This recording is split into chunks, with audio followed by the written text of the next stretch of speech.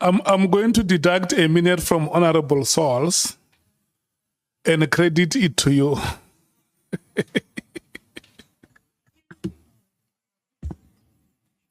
Good morning or afternoon, Chairperson. Let me greet you. Let me greet the honorable members that are here.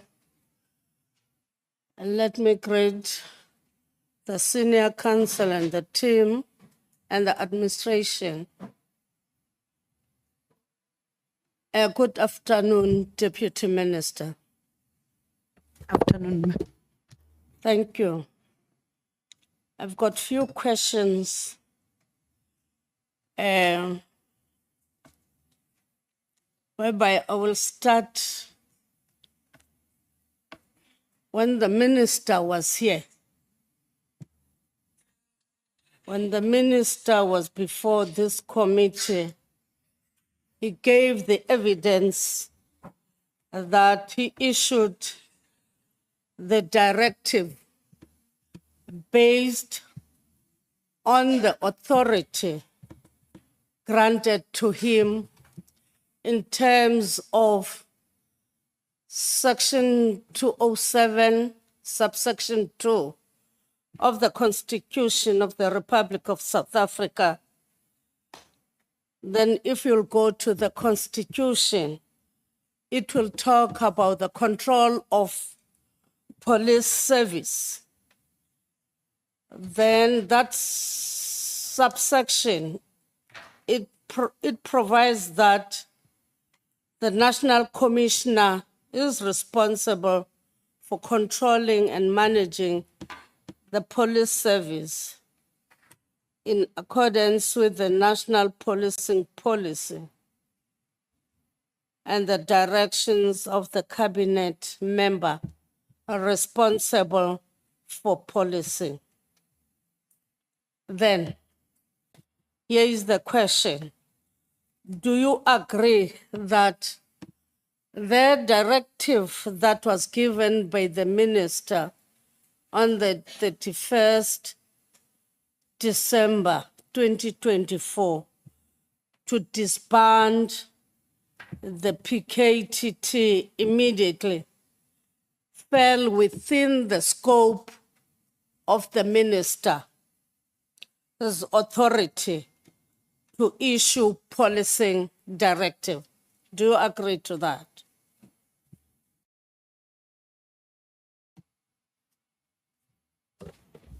Yes, a member, but if you have seen my response when I was asked directly what I think, I said there should be due processes because these offices, the accounting officer and the executive authority, both of them should be able to work together and agree on processes, how to take forward.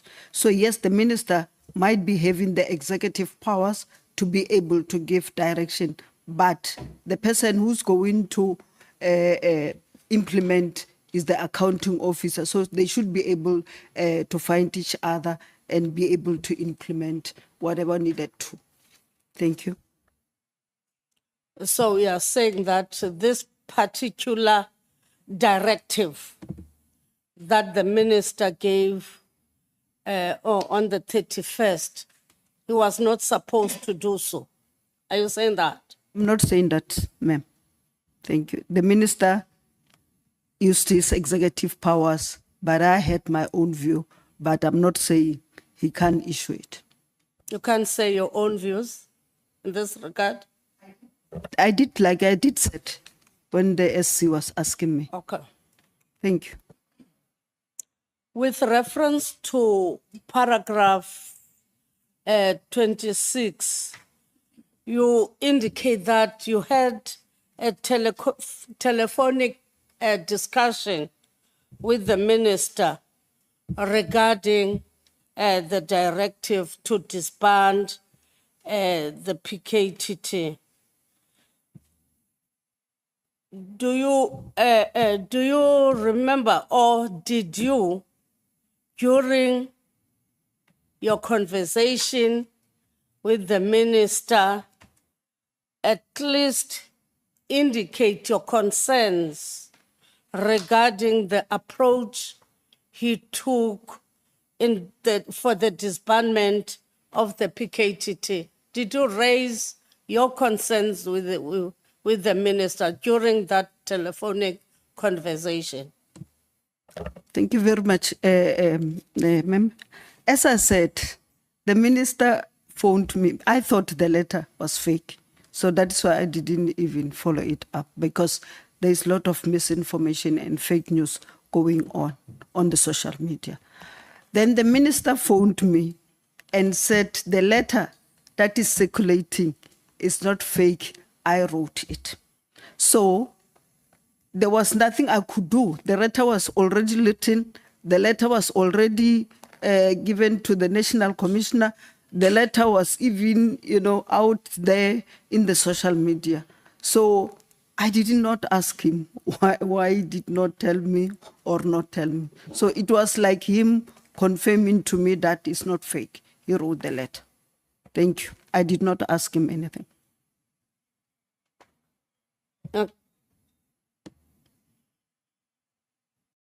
Honorable Sangweni. Thank you, Chair. DM, what made the minister call you and tell you that it's not fake? Did you ask him, or did he just of his own volition decide, let me call the DM? I'm not sure what made him call us. I think maybe he did not see us reacting or something, because after he phoned me, he said, I'll also phone DM Matal. So I did not phone him. And surely, if you are saying he's going to phone DM Matal, it means he did not also phone him. For sure, you were surprised that why don't we ask about it? So, no. So even yourselves, you didn't say, hey, God, a minister issuing such a directive on the 31st of December, people are happy. You didn't say, oh, minister, why? And you are saying that immediately. And on the 31st, you simply said, oh, by the way, it's already on the Facebook, on TikTok and whatever.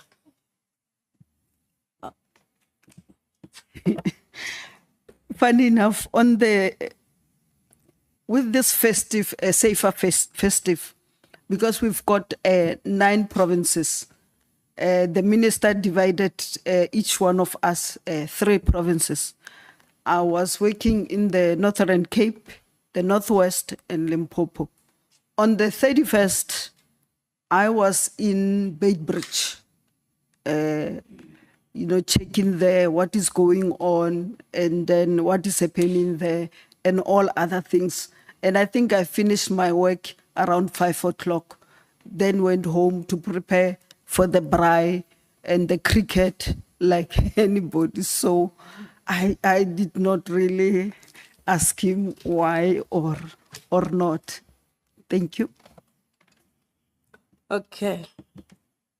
You know that directive of the 31st December didn't talk about the disbandment of the PKTT. It also talked about halting the filling up of vacancies within. In your understanding, the authority of the minister, does it also include in making decision in halting vacancies with the subs? For instance, if you have the minister apparently saying also you shouldn't fill up vacancies, in your understanding, the authority that the minister has, does it include making decision to hold vacancies within subs, notwithstanding a submission that he should have given reasons? Maybe can you if you're saying that he has that power, as you have already said, the executive powers, then what informs the perspective? Thank you very much. I wish I knew. I wish I knew. But I did not know. You didn't. That's what I'm saying. If we were given an opportunity to make inputs, let me talk about myself. If I was given an opportunity to make input into the letter, it could have come differently. So unfortunately, it's out, it's there, he took the decision. I don't know what informed him to do that. Thank you. Do you understand the instruction, that is the one of halting in vacancies, not to fill up any vacancy, or the directive as a policy related, or it's an administrative or an operational in nature, in your own understanding? Thank you very much. It's both administrative and executive. Because if you are talking about top management, there's no way in which the national commissioner can do that without discussing with the minister, because at the end, it's the minister who must finally agree on that one. So that is what I'm saying. From where I am, to say it must be halted, and you said it also, if you hold it on New Year Eve, when we are busy with crickets, it will not be immediately like you are saying. And because most of the people, including the National Commissioner, was on leave. So for me, they are not necessarily mutually exclusive. They should be working together, because at the end, from a certain level going up, the minister is the one who approves at the end, and then from a certain level is delegated to the accounting officer. So if they were working together and communicating, I don't think we would have arrived at this letter. Thank you. Thank you, Deputy Minister. You are saying that, for instance, in paragraph 21, you have served also in several cabinet committees whereby there were many IMCs. In fact, you indicate that you serve on 2 interministerial committees.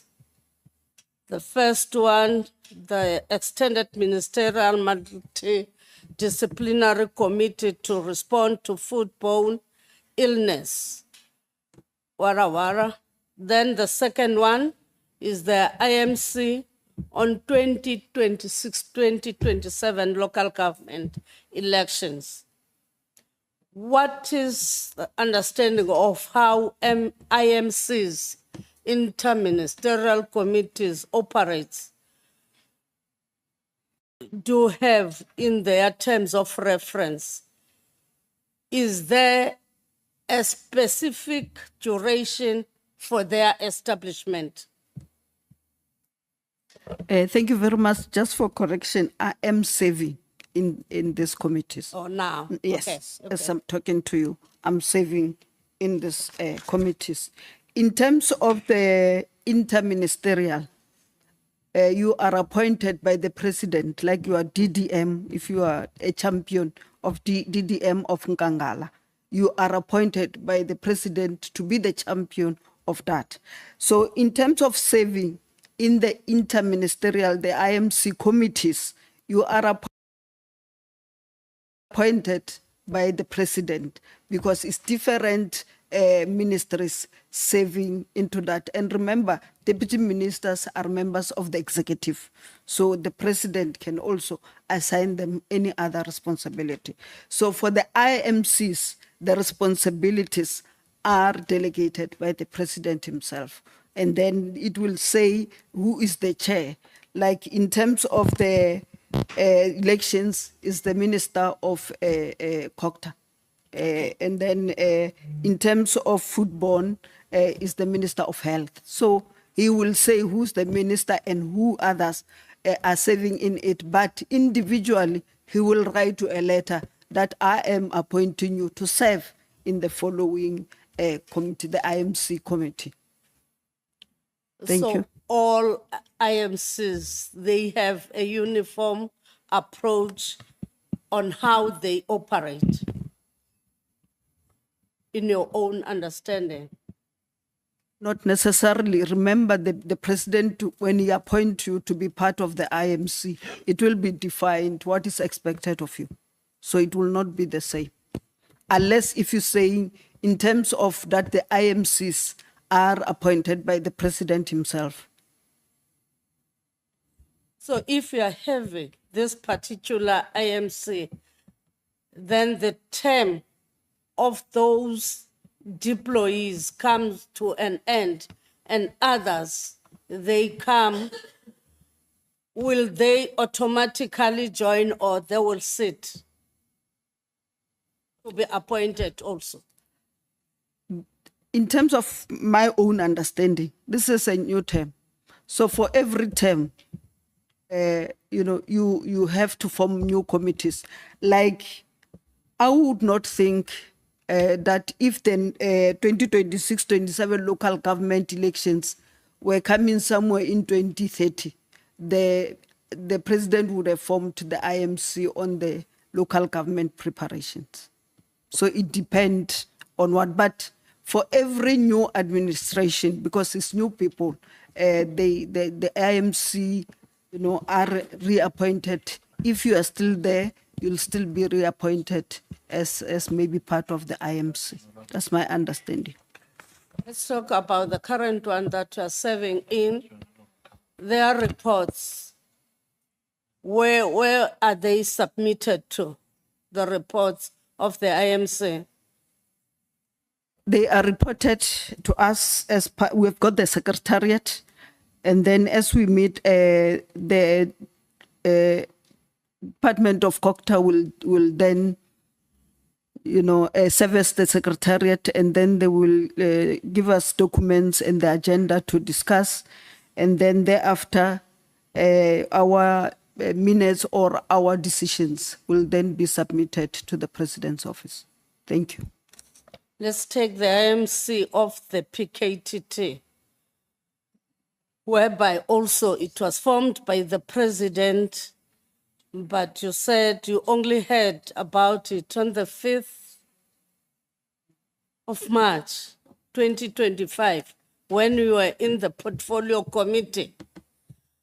After the portfolio committee meeting on the 5th, you didn't come into discussions with the minister to say, where is this IMC, if it was only for the first time you heard about it, and the PKTT?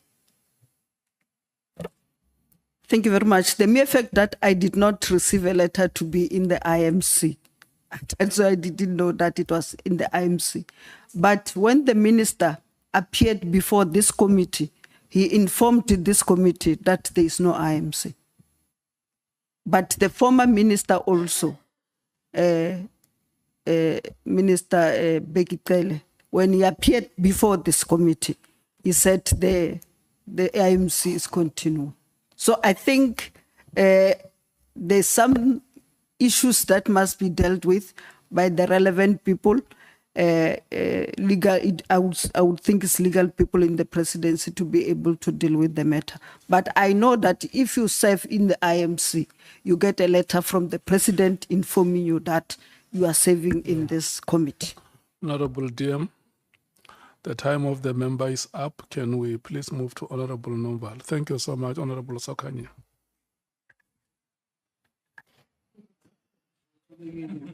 Yeah, thank you so much, Chair. I don't think I will be long, Chair. DM, good afternoon. Afternoon, sir. There is a contestation of terms before this committee.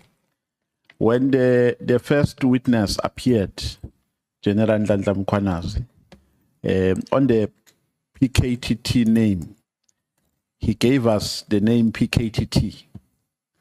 And the next witness that followed after him, the suspended Minister of Police, came with a different name, which is the NPKTT. Now, in your statement, you are saying it's the PKTT. Now, the confirmation that I need is, have you just written hypothetically, or you have written the name with a full understanding that this is the actual name that was agreed upon? Thank you very much. Actually, if you go to the minutes of the 5th, where General Khumalo was presenting the issue of we all along we were talking about the PKTT. So then I saw the NPKTT coming in.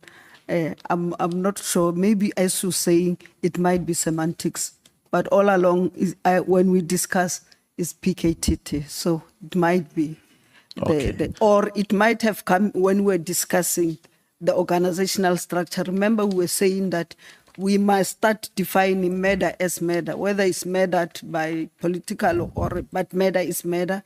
Maybe it should be in the murder and robbery unit. So, and it should be national.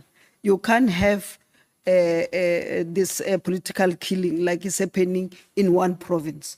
It is happening in all the provinces. So you might want to have a national structure that coordinate the provincial structures that are there. So I thought they were trying to distinguish between the two.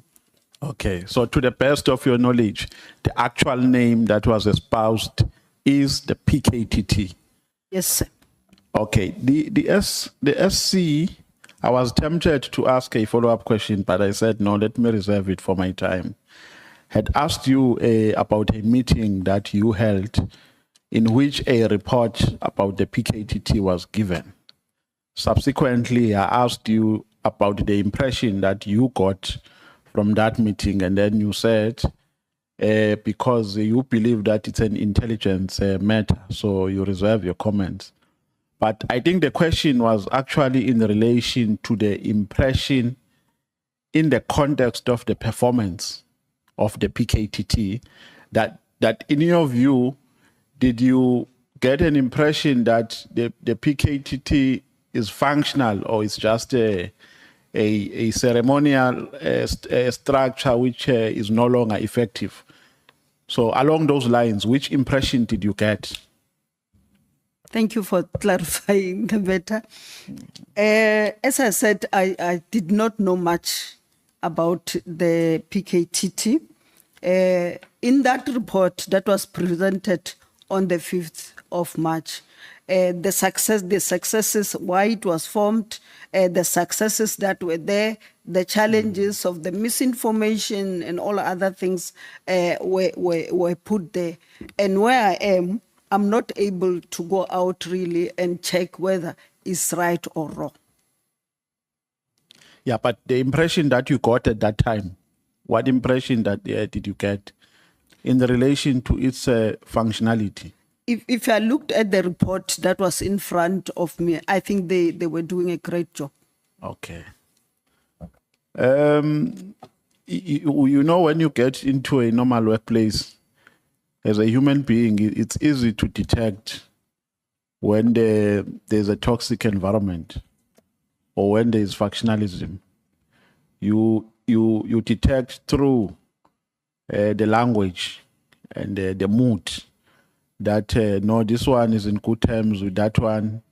These ones are not in speaking terms. Now, what overall assessment you can make about factionalism in SAPS? According to you received a message from Sibiya, which was forwarded to you, and he says to you, there is this procurement of spy equipment, you must be careful and so on. And at a later stage, you realize that this was concocted because an investigation thereafter was made, which actually proved that there was no such. Now, out of all these happenings, what is your final determination? What is your final observation? Is there any deep-seated factionalism in SAPS? Or is there any toxic environment? And if there's any, is it among certain individuals at the top brass, or is general, it affects the whole institution, the whole organization? Thank you very much. I think firstly, you are right. As a leader, you are able to get into an organization and see that there is a problem. And I think I responded when the SC asked me, I just did not remember the number, where I said we met, the four of us, the two deputy ministers, the national commissioner, and the minister, and said, we can see there's a problem between the two of you. Can you please fix this issue? Because it's affecting us also.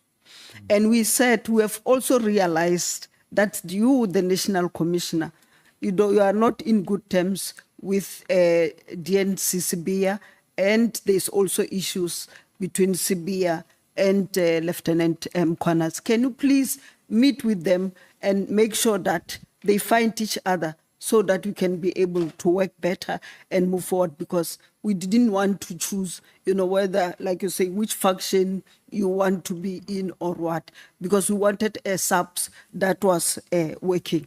And indeed, they did that.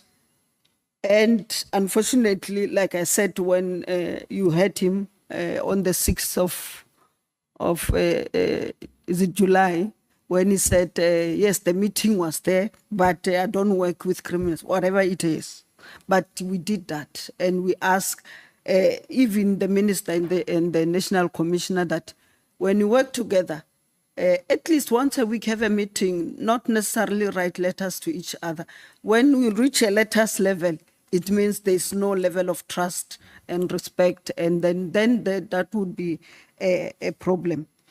In terms of the toxic environment and what, it was like just in any normal working relationship, like we also have here in Parliament with the opposition, when we shout each other there, not necessarily that we hate each other, it's just that maybe we differ on something that needs to be there.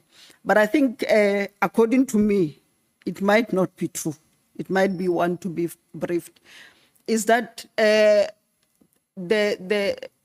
South African Police Services, from 1994, it was not transformed as it should have been transformed, such that you still have the old order and the new order that is trying to coexist. And as a result, there will be that friction. And that is why I said in my conclusion that I hope this committee is going to assist us to be able to pass that hurdle so that we have the SAPS that we want, that will serve the people of South Africa and protect the sovereignty of our country. Thank you, sir. Okay. Notwithstanding what General Mkhwanazi said on the 6th in relation to his meeting with General Sibiya and others, but in terms of your observation, was there any paradigm shift after that meeting?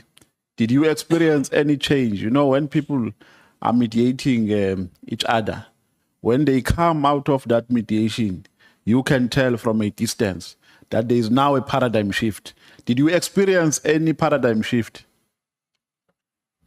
Thank you, sir. Yes, we did, like the minister and the national commissioner, when we were doing the safety festive operations, the minister was paired with the national commissioner, and they were doing KwaZulu-Natal, Western Cape, and Eastern Cape. So they were working together.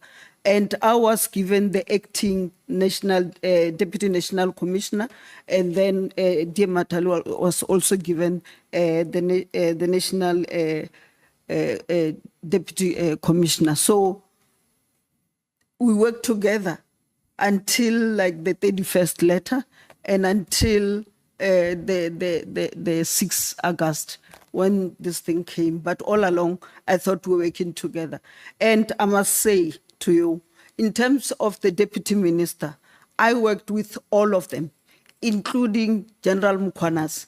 I went there in Ulundi, I think it was last year or the beginning of this year, when there was a pass-out parade. I went with Lieutenant General Sibiya, who was the head of the Hawks, and went there for the pass-out, and we had the best pass-out that we could ever have. And then we went also there to launch the National Safety Festive in KwaZulu-Natal, and we had a very good end to. And from time to time, when we meet with Lieutenant General Mkhwanazi, we talk like colleagues. Okay, no, thank you, TM. On paragraph 27, page 11, and paragraph 33, page 12, you are saying, in summary, I'm not going to quote you verbatim, but you are saying that you think the decision of the 31st could have been handled better. Yes, Yes, and I think on page 27, you are saying that in your view, the minister should have at least consulted stakeholders. And so the impression that I get from that is that your only concern about the decision is a lack of consultation. So in your view, the minister, that is my own observation from what you are saying, you can correct me.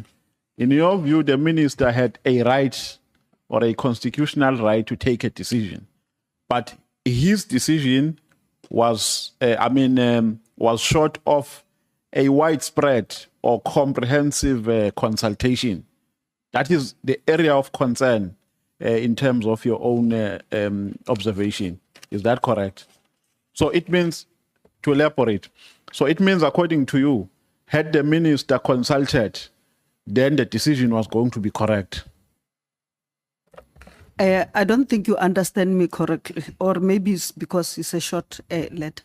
In terms of the consultations that I'm talking about even consulting the operatives, and then people who are in charge of managing the PKTT, the provincial commissioners, the national commissioner, everybody who was involved in terms of that. And surely they would prepare reports and be able to also give recommendations to say, at this stage where we are, we think we cannot be able to do this, and this might be the best way to deal with the matter, and then give an alternative on what to do. So that's my understanding. It's just that I didn't just want to write a big thesis. Okay, no, it's fine.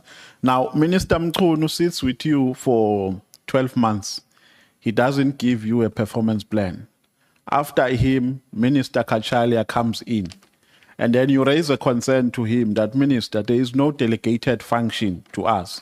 And then with ease, he gives you a task. You said he has given you a task to go to Northwest, if I heard you correctly. No, to deal with the GBVF, the whole of it, and also to deal with the integrated crime violence prevention strategy. Now, would you describe Mr. Mkhwanazi as a person who believes in collectivism, as a cordial person, and as a rational person who takes into account his colleagues when he works with them, who doesn't work alone, who's not aloof to his subordinates or to his colleagues? Because Kachalia comes in, he doesn't spend much time in office. You raise a concern, with ease, he gives you a function. And then minister has been with you for 12 months, he doesn't delegate functions to you. So what is your observation about Minister Mkhwanazi? Leaders don't lead the same, and then they don't see the matters the same. So here I see a different leadership styles between the two. That will be all I want to say. Yeah, but remember, this is an operational issue. And the standard operating procedure here is that for you to be able to execute your functions properly, there must be a performance plan. Whether you are weak as a leader or you are strong, it's a standard operating procedure to which you must adhere. It doesn't depend on your moods. It's a standard which has been put there. And if you do not meet that standard, it means there's something wrong with your leadership. That's what I'm saying. I can't comment. Maybe you can ask him the reason why he did not do that. But I would not be able to. But for me, I attribute it to different leadership styles.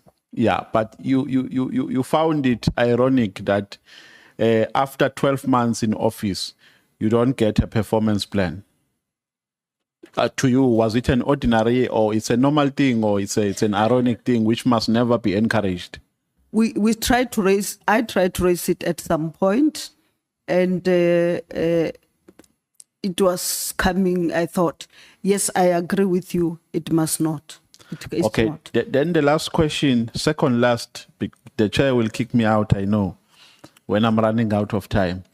The second last question. You are correctly saying, yeah, that as a deputy minister, you are accountable to Parliament. Now, you are not given this performance plan by the minister. You go to Parliament and you are not raising this in Parliament as a concern, because had you raised it in Parliament, Parliament was going to use its oversight responsibility to say, Minister, this is undesirable. Give these people their task so that your department will be efficient. Now, you don't raise that in Parliament. Why didn't you raise it as a concern, either in the Portfolio Committee or in the National Assembly? I think there are processes where this kind of issues can be raised as consent. And I think just raising it in the Portfolio Committee would not have been the correct one. Like I said, we tried to raise it with him. Maybe if he was given a little bit longer, we would have that one. So what we were able to do, the three of us, and chair of the Portfolio Committee, Shela is here, and members are here. We have never, in any day, shied away from going to the portfolio committees or in the National Assembly to do the debates, in the NCOP to do what we should do.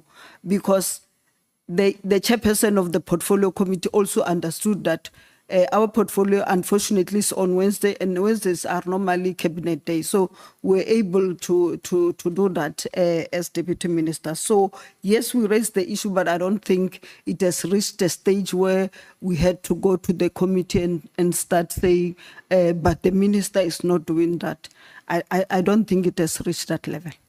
Thank you very much. I'm giving my 2 minutes, my outstanding 2 minutes to you. You can say whatever you want to say to the committee. Thank you so much. I will bank the 2 minutes. Honorable Sangweni. Thank you, Chair. Thank you for being so kind today, Honorable Nomvula. DM, when you raised this issue of lack of delegation with the minister, I heard you saying that you thought it was coming. I'm sure you didn't raise it once. What would be the minister's response that he was not delegating to the DMs? I would take that he was saying we should be able to understand. He should be able to understand what is going on in terms of SAPS, because it is huge. It's not only SAPS, it's got also 3 entities with their executives, with every other thing. So I think he wanted to understand first, and then also maybe use our strength to be able to allocate properly what he think he can allocate to us. Thank you. Yeah. Now it's time up, honorable members. It's now 1 o'clock. We are breaking.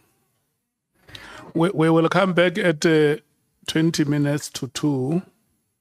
When we come back, the 20 minutes allocated to the Democratic Alliance. Who is speaking at 20 minutes to 2 from the DA? Honorable Breitenbach, thank you so much. You must be here exactly 20 minutes to 2. Thank you so much.